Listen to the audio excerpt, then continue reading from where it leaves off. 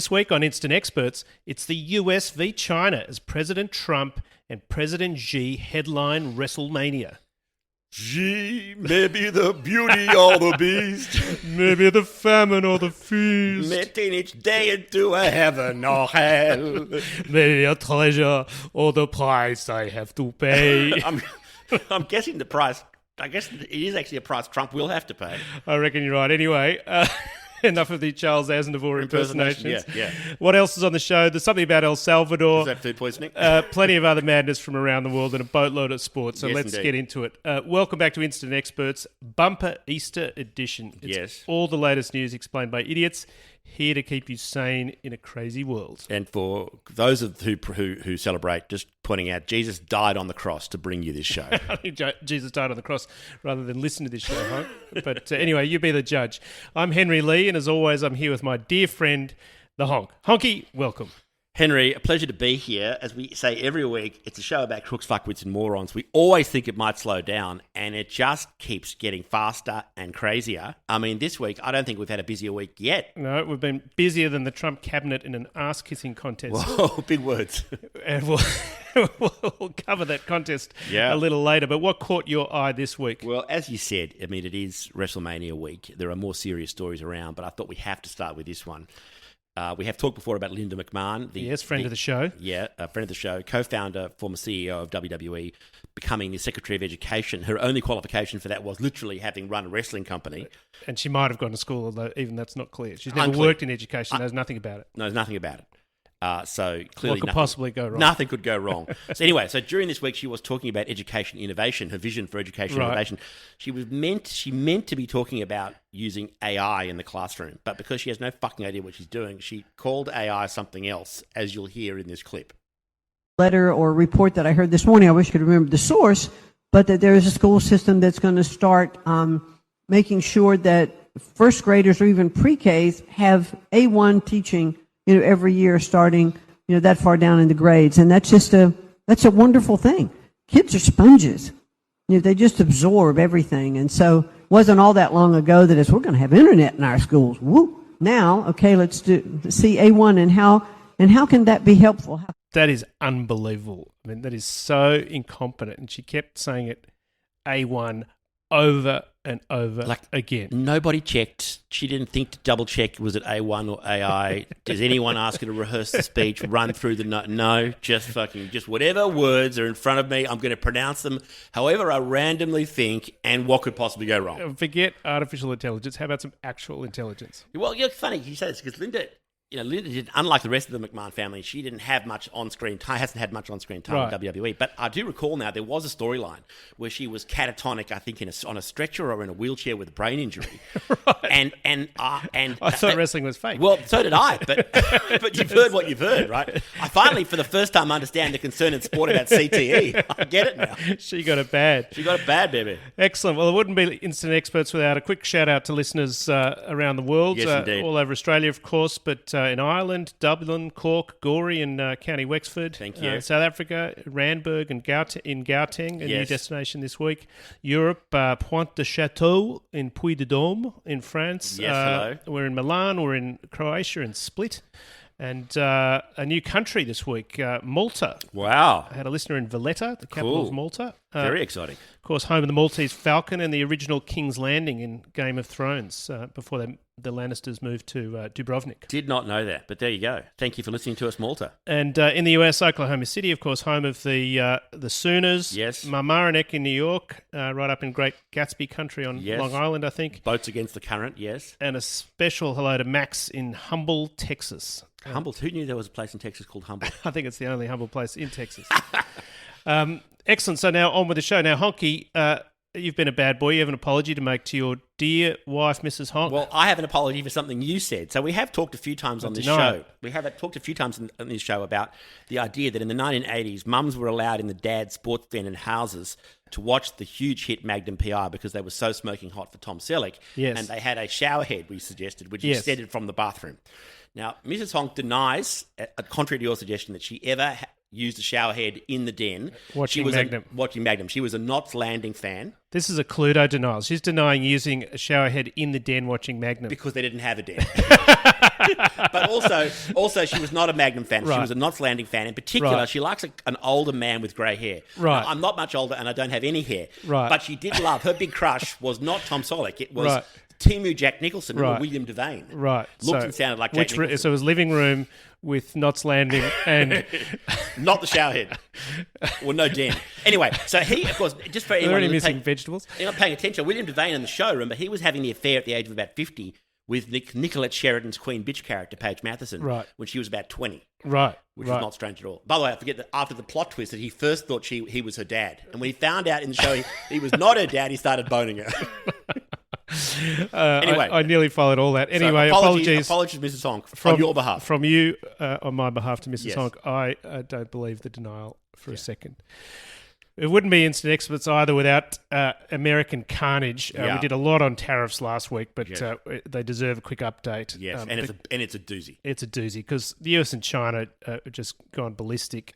Even after last week's episode, Trump jacked up the tariffs on China again, and China, of course, responded. So now we've gone from 10% tariffs on China to 145% in 2 months.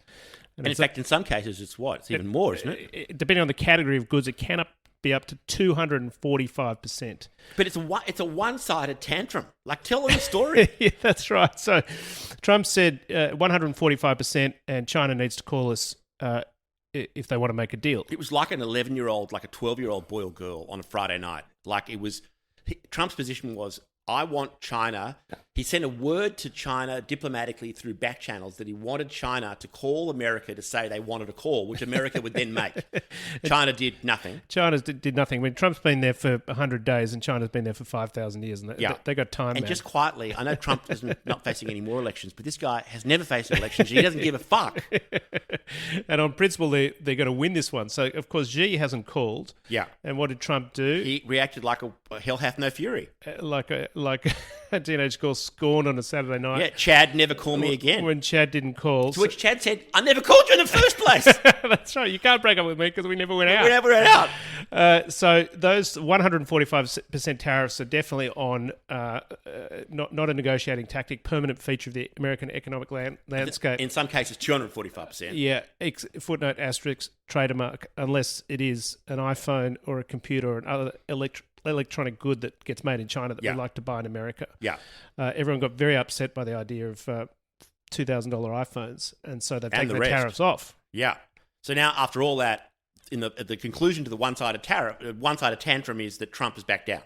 Except he hasn't backed down according to him, because now he's asserting that just because I've taken the 145% off iPhones and computers doesn't mean I'm backing down. It means I'm inventing a whole new category of tariffs for iPhones and computers. Gotcha. That makes absolutely no sense. Well, he's like the Fonz. He can't admit that he was wrong. Oh, yeah, I remember the Fonz. The Happy Days. Fonz couldn't never say sorry or couldn't admit he was wrong. Either, but there was a famous episode where he said, I was wrong. Excuse me, I'm sorry, I was wrong. And he couldn't say I was wrong. Anyway, that's Trumpy. So he's claiming, he said, nobody is, and I quote from his tweet, nobody is getting off the hook for the unfair trade balances and non-monetary tariff barriers. Especially not China, which by far treats us the worst ever. There was no tariff exception announced on Friday. These products are subject to the existing 20% fentanyl tariffs. Of course. And they're just moving to a different tariff bucket, bucket which he just invented and hasn't specified the tariffs for. Yeah. And he goes on and on for about an hour. The fake news media knows this but refuses to report it. That's because you just made it up. It's lunatic. And Honky, last week you said Trump's like granddad in the nursing home. And I feel like he never quite got over the war. He's like the granddad who fought the Japanese, never got over it. He's talking about the Japs again. Yeah, he's just getting mad at the chinks. And of course, the irony of it all is that now that smartphones and computers and other electronics are exempt from the tariffs, other than the 20%, it's now cheaper to import the whole laptop. Of course. Than assemble it in the US from imported components. So it's almost like the system that existed before Trump did any of this was working quite well. Exactly. Am I missing something? He's completely defeated the purpose of attempting to onshore high-tech manufacturing by making sure it stays offshore. But didn't you point out to me before we started recording that, in fact, that whole idea of onshore high-tech manufacturing there was a program for that already in place, right? Correct. Introduced by Trump's favourite president, Biden. Joe Biden. It's called the CHIPS Act. Came in 2022. CHIPS, they like dorky acronyms for these laws. It stands for Creating Helpful Incentives to Produce Semiconductors. Oh, it's not run by two good-looking highway patrol Eric guys. Estrada and Larry Wilcox. Yeah, it's not, no. That was my favourite show of the 80s, or one of them anyway. Anyway, the CHIPS Act authorised $280 billion in new funding to boost domestic research and manufacturing of semiconductors in the US. Right. So it existed already before Trump was re-elected. So there's a wheel, and now he needs to reinvent it. Yeah, superb. And of course, the beauty of it is they're also now having to reimburse the tariffs they've already collected now that they've backflipped. So they've got a whole bunch of money of God. lying around. So it's an absolute shit show. And in the meantime, by the way, what's Xi done, President Xi? Nothing. Nothing. Not a word, not a phone call, nothing. No, just stone cold. So it's basically like the scene in Raiders of the Lost Ark. You know, the one where the local tough gets out the sword and he's doing all the shit. He does all the special moves, and then Indiana Jones gets out the 6-shooter. and just shoots him dead. Puts him away. That's G to a T. Totally true. So it's been a rough week for Trump, you'd have to say. It has, yeah. And many people, having a rough week can think of nothing better than coming home on the weekend, taking the edge off with a cheeky roll in the hay, or a cheeky BJ, or the female equivalent of VJ, I guess, a BJ. But he went one better, Trump. When it went as bad as it did for him with all the tariffs all week, he got his entire cabinet on camera, filmed by Fox News, to give him one verbal blowjob after another. It was extraordinary. So he held a cabinet meeting and he televised it North Korea style. So they went around the table, and Trump, as we know, runs the presidency like a TV show. It's all content. Yeah. So they went around the table and they had to start by saying something absolutely suckworthy to Trump. Yeah, it was like a bunch of drunks people at a bar on a Saturday night, overly sharing, but also doing that, but also sharing each with each other. Love you, Honky. Like the dirtiest text they ever sent. Like a competition who can send the dirtiest text. Yeah, go on. Well, Kelly Loeffler, who's the head of Small Business Administration, she kicked off, right? Yeah. She said, quote, "On behalf of America's manufacturers, I want to thank you for standing up to the Chinese Communist Party." Yeah, presumably by massively increasing the input costs for small businesses all over America. Most of whom will go broke in the next month. Of course, Pam Bondi. Yes, Pam Bondi, as we preferred it, from the Attorney General.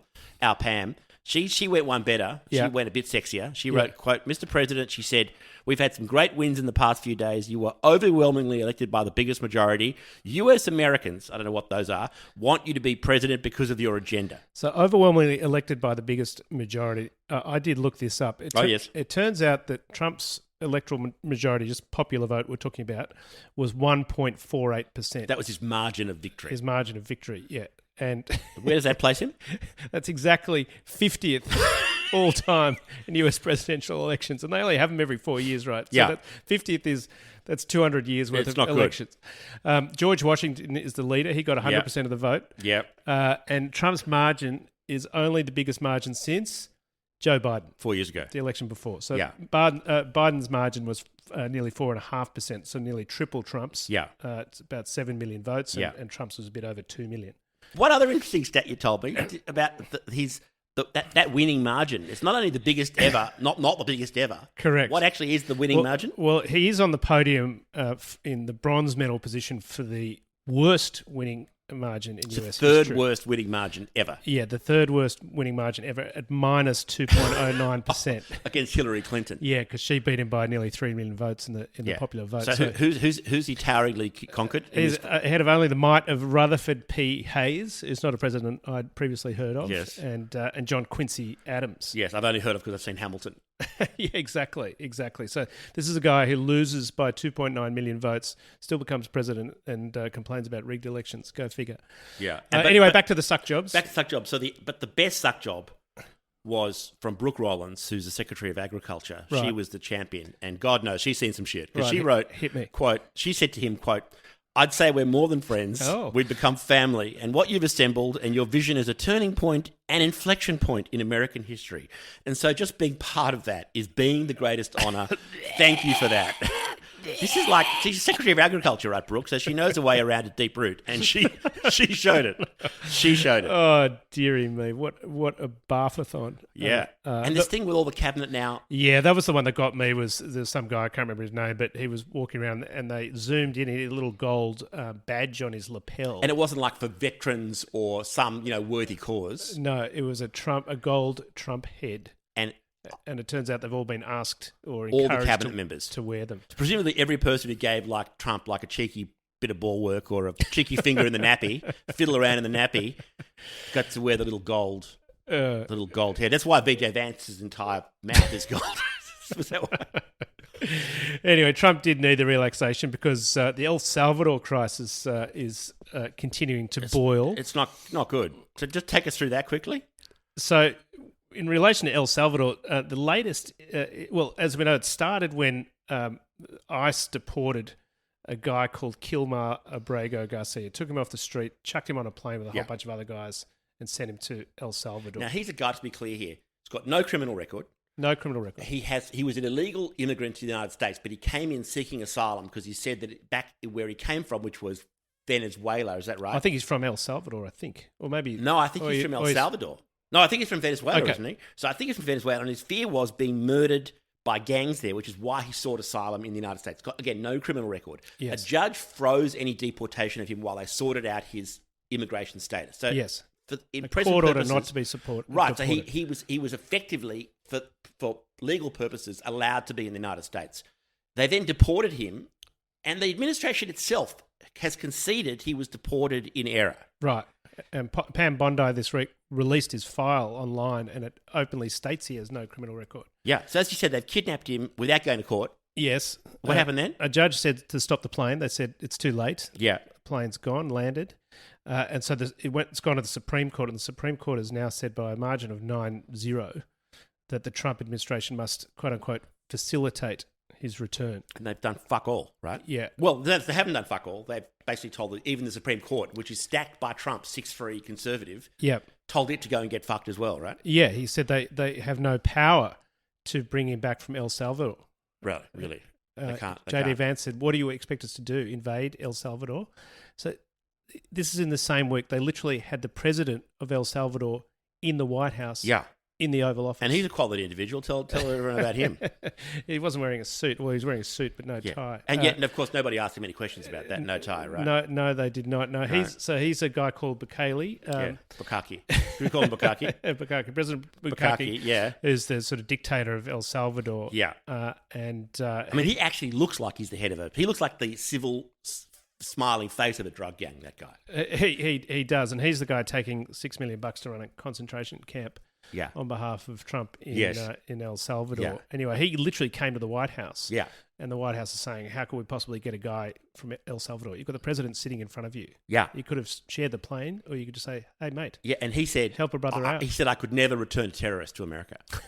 So Vance, the little scumbag that he is, he then complained that, quote unquote, the entire American media and left-wing industrial complex has decided that the most important issue today is that the Trump administration deported an MS-13 gang member and an illegal alien, unquote. And once again, he's not an MS-13 gang member. If anything, he's terrified of being murdered by an MS-13 gang member, and he's not an illegal alien. Yeah, correct. But apart from that, or if he is, they could prove that in court very easily. What the fuck is the notorious left-wing media and industrial complex? Did he just make that up?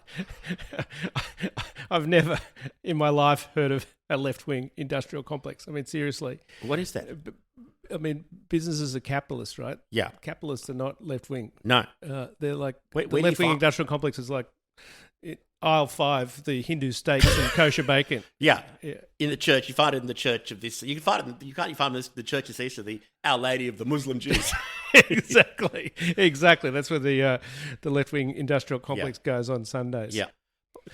All right, quick shots. One I like this week, Harvard University, America's best-known university, didn't back down to Trump. So Trump made his usual list of extortionate demands, which he did of Columbia University and the law firms and so forth. Threatened to withhold $2 billion in funding. $2 billion in federal funding, and Harvard said, Get fucked. go fuck yourself. Yeah. And he was on his usual DEI rant. Speaking of DEI, he had to get rid of DEI because it must be strictly merit-based admissions. Yeah. I mean, can you imagine if Harvard went to strictly merit-based admissions? Well, you mean no more legacy admissions? Yeah. How would Biff Winthrop and Charlotte Hedge Fund get in? Wouldn't get in. They'd have to pass their SATs. Yeah, and by the way, this what Harvard has done, this comes at a cost to Harvard now. Yeah. Right? Who's going to do the raping in the frat house without Biff and Winthrop?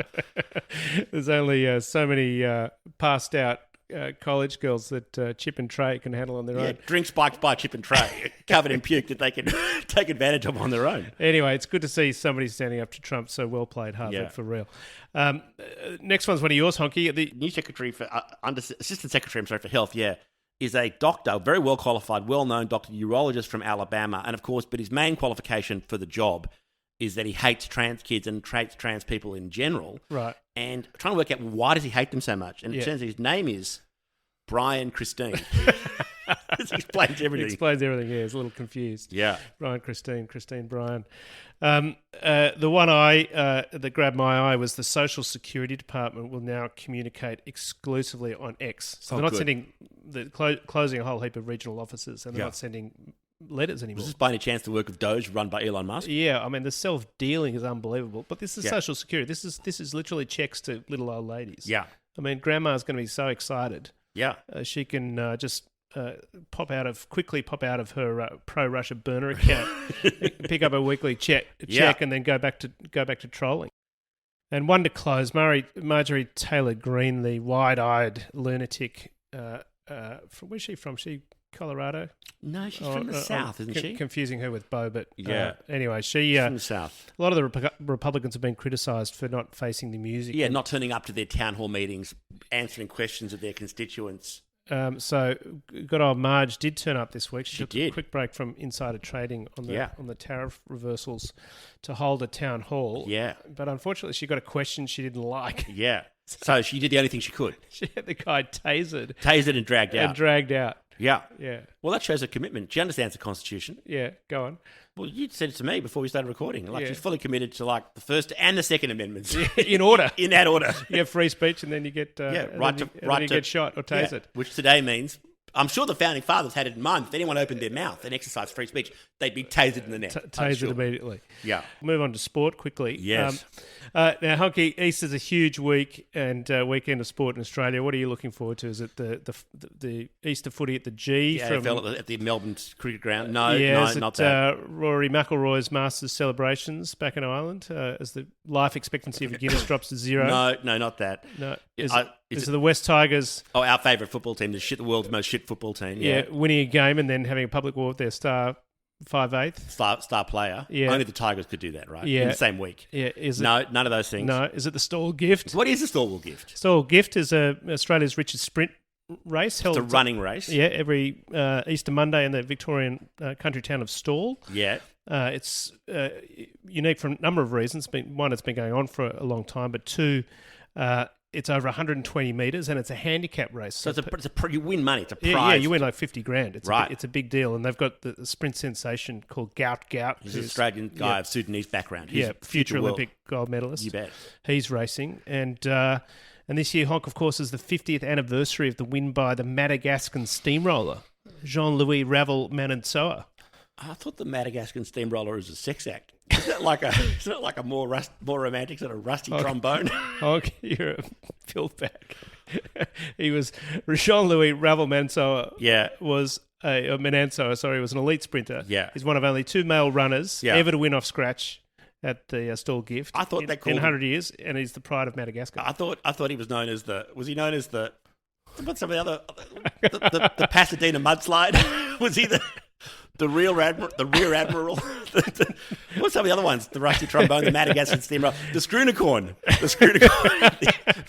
Was he known as the Arabian goggles, or the angry dragon? Okay, he was the Madagascan. I think I've got steamroller. No, I got more. I got the flaming Amazon. Was he known as the gummy bear? There's also the hot lunch. God! I don't even want to. The leave-in conditioner. I think my favourite. Was he ever known as the Fumalingas? Humble apologies to Jean-Louis Ravel Manensoa. Yeah, we take it 50 back. years ago. He was one of the great. Anyway, so you're One of the looking great forward to... Pasadena mudslides of all time. Are you looking forward to the stall gift? No, I'm only looking for one thing. The only real sporting event in the world that matters is this weekend, of course, which is WrestleMania. Wrestling again. Over 2 big nights. Okay, so give us a WrestleMania preview. 41. Well, there's too many matches to mention. Have you watched all 41? I think I actually have. I reckon think I have. yeah. You told me you had a pick. Did you had a good pick for Well, yourself? I am back in the tag team with Madagascan Steamroller with Diego, the gang Parrot, in the tag team. in the tag team event. But I think the tag team title means something a bit different. In El Salvador prison, I think the tag team means something a bit different. You've got a filthy mind. Yeah. All right, that's just about all we have time for. Next week, we're on our annual Instant Experts Executive Retreat. Is that really true? That's not really true. We're away for school holidays. Yeah. Got to get away from the kids. Yeah, kids aren't coming, right? When they're home all day. And we were hoping to go to the US, Honk, to visit some of our We listeners. were, but we've had we had a hiccup. Yeah, well, the US dollars, or the Australian dollar is so weak, it's only by Yeah. 64 US cents, so we can only afford 64% of the trip. Yeah. So we had an idea. Do you want to tell our listeners about So it? we had this idea, which was that Qantas and other Australian little airlines used to do this thing called the mystery flight. Yeah, I think Ansett did. Yeah, so you'd get on a plane, you'd know it, TAA. and you would go to like a fantastic Maybe Australian Rex, Hazelton. Compass. You'd go Compass. You'd go to this on a crappy airline, and you'd go one way to like a crappy Australian town, some Yeah. random Yeah, town, like Orange or Taree or somewhere, right? Temora. I think or- my wife, Mrs. Honk's first trip ever was a mystery Yeah. flight to Taree. I think it was. Right. Actually, Taree's a nice place, but it's a pretty shitty flight. Yeah. Anyway, so our plan is to do that and go to LAX, and then when we get there, Yeah. We're just just going to say- say Trump is a cunt. in a very loud voice, and then you never know where ice is going to take you. It's an adventure. Yeah, I mean, it could be Louisiana, it could be It's far more likely to be. Arizona, or it could be overseas. You could go all the way to El Salvador. Could be a one-way trip to El Salvador. Indeed. So, As they say, 2 nights, 26 days. so we won't be around next week. So there will be a mystery episode. We might have to smuggle it out Papillon style. Yeah. What are we going to hide the digital file in someone's butt? No, we're going to hide it in Diego, the Venezuelan gang Parrot's beak, and he's going to fly out through the bars to freedom. Yeah. Well, we could he could be flying out saying, he could be flying out saying, I have the file. He could put in his butt, I have the file. Instant expert poo-poo. Instant expert poo-poo. The Honk, I have the file. the Diego, the Venezuelan gang Parrot, is back. He's back. In the mind of the Honk. The mind and mouth of the Honk. Yeah. It'd be warm. The file will be quite warm. But it'd be safe. It'd be safe. All right. On that lovely note, Yeah. we'll call it there. Please like, share, and follow on all the usual outlets. Yes. And we're on X. We're on Facebook. We're on Instagram. We're on TikTok. We have a link tree on our show notes where you can listen to us any which way. If you want to send us a text, please. you can do that. Send us there is on the show notes. If you want to send us an email, it's all one word, g'day, GDAY, at instantexperts.com.au. We want to hear from you. Indeed. So please, as I say, share it with your friends. But to take us out, we have a musical item, Honk, as we often do. We do. And this is a corker. This one's a good one, yeah. It's 5 words that we never expected to hang out together in a sentence. Yes. Liberal Party rap diss track. What? What? Yes, that's right. In an attempt to get somebody or anybody to pay attention to them and or the Australian election, the Liberal Party, which, as we've said before, is actually the Conservative Party in Australia, just to confuse everyone. Yeah. So these are sort of blue blood Conservative types. During the week, released a diss track. Holy shit. And presumably it's it's like a rap diss track, right? Yeah, exactly. It's presumably their way of trying to get the kids excited about the Liberal Party. It's, when your parents say rad and groovy and oh my god, try to be cool. What is the Venn diagram of people who would vote Conservative in Australia who want to hear a rap diss track? Yeah, and more importantly, who are you going to get to do it? Who's the rapper, Honk? Yeah, who would he be called? Like Concerned of Gordon, ticked off of Toorak, or perturbed of Paran, maybe for the Melburnians, or like Grand. Who would be Grandmaster? What? Grandmaster Prunella. 50. What about $50? Yeah, $50. That's right. They're highfalutin, 50 cent, not enough. Yeah. CWA. Well, what do they stand Country for? Women with Attitude. Iced tea and scones. You get the idea. Anyway, Here it is. And again, this is real. We make stuff up on this show. We're not making this up. Here's the Liberal Party of Australia's diss track. By Concerned of Compton. By Concerned of Compton. Back next week for the mystery episode, because stupid never sleeps. Stupid never sleeps. Thanks for your company. And as usual, we deeply apologise for what you're about to hear. It ain't the way that it's supposed to be. The money we spending on groceries, I just wanna buy some eggs and cheese. $100, you kidding me? It costs too much to live. The economy's looking a mess. So we living check to check. Labor got us feeling so stressed. We need to find a solution. Need to switch up the people in power. I just wanna put food on the table, so I'm willing to do what I gotta. Bring them prices down. This is what we need. Cause Albo's gotta leave. Albo's gotta leave. Hey, bring them prices down.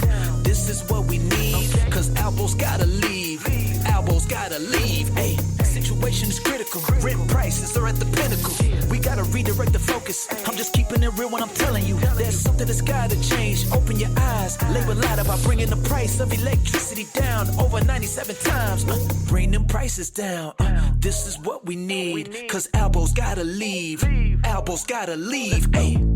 Authorized by Ahurst Liberal Canberra.